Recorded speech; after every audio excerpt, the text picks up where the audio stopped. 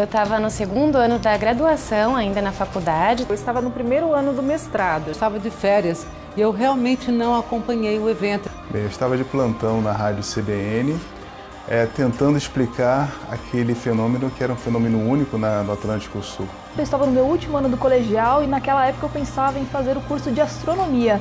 Quando aconteceu Catarina, eu estava de plantão.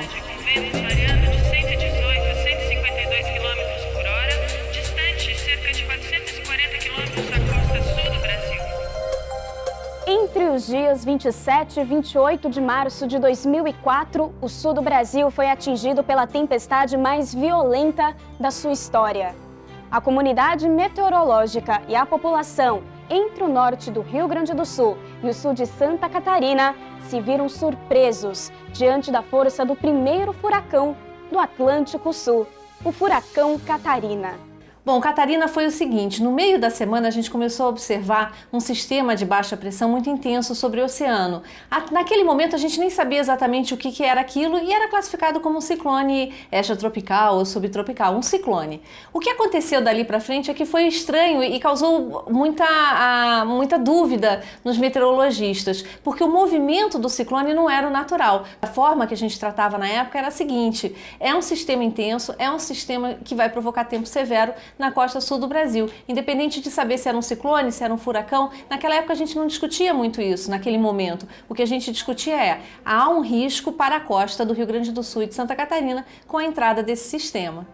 O Catarina se originou de uma baixa pressão atmosférica sobre o norte da Argentina.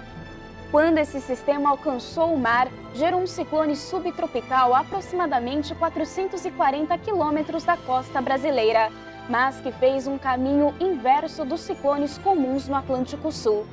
Começou a se deslocar do mar em direção ao continente e gradualmente adquiriu um núcleo com um olho bem definido, características de um furacão, com ventos extremamente fortes que passaram de 150 km por hora.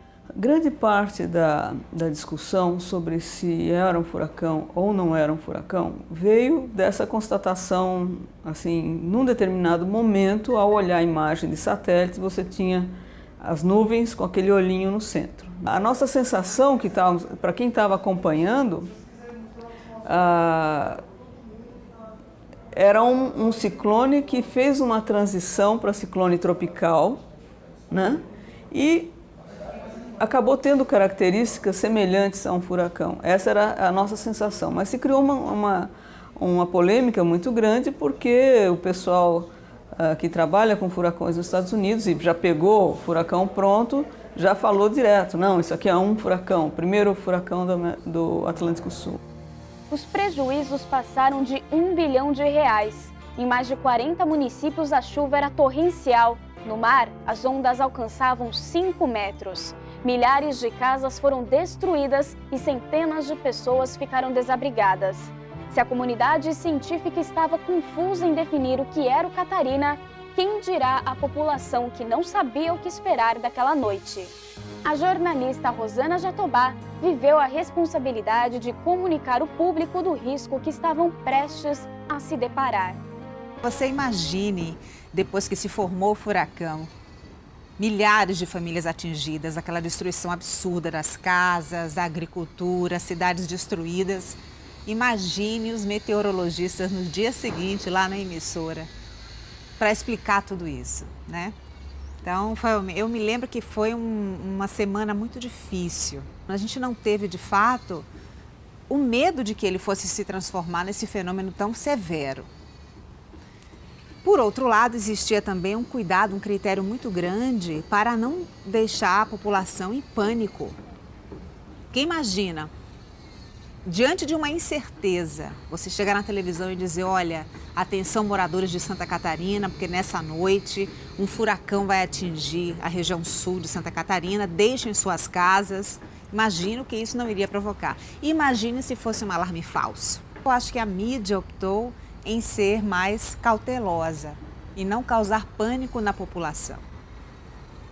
E a gente pagou para ver e deu no que deu, né? Em junho de 2005, um ano após o evento meteorológico, houve uma reunião no Instituto Nacional de Pesquisas Espaciais com pesquisadores brasileiros e instituições internacionais, onde resolveram o tal impasse. O Catarina foi oficialmente classificado como um furacão de nível 1. Durante essa reunião, ao ouvir todos os depoimentos, nós concluímos que não era um furacão tradicional. Esse é um ponto importante. Então nós concluímos que realmente se tratava de um sistema híbrido, né, que tem características de ciclone e que também tem características de furacão, é um sistema híbrido, mas resolvemos realmente chamá-lo de furacão, o furacão Catarina, o primeiro no Atlântico Sul. Após 10 anos, o furacão Catarina deixa sua marca. O fenômeno se tornou estímulo para novas pesquisas, investimentos e prevenções.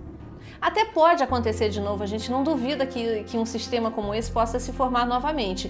Hoje, com a tecnologia que existe, a gente até consegue fazer uma previsão mais precisa em termos de tempo, de horário e de intensidade. Isso evoluiu muito nos últimos 10 anos, mas que pode acontecer de novo? Claro que pode. Os meteorologistas vão prever com facilidade? Eu acho que não, mas isso é uma coisa que a gente vai ver no futuro.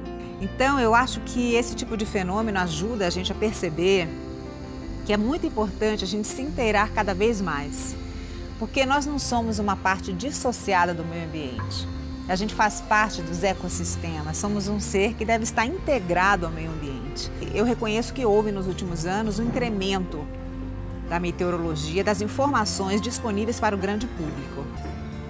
Mas eu acho que ainda falta, é um longo caminho ainda a ser seguido para as pessoas de fato introduzirem, entronizarem isso na sua vida. O clima não pode ser olhado sozinho, tem que ser olhado junto com a evolução da sociedade. Da mesma forma que a gente diz que o aquecimento global é devido à ação do homem emitindo gases que vão provocar um aquecimento, que vai provocar um aumento da temperatura e aumento da frequência dos eventos extremos, né? Isso é olhar um lado da questão. O outro lado é como a própria sociedade reage frente a eventos extremos. E isso é uma área que a gente ainda tem muito a aprender, né?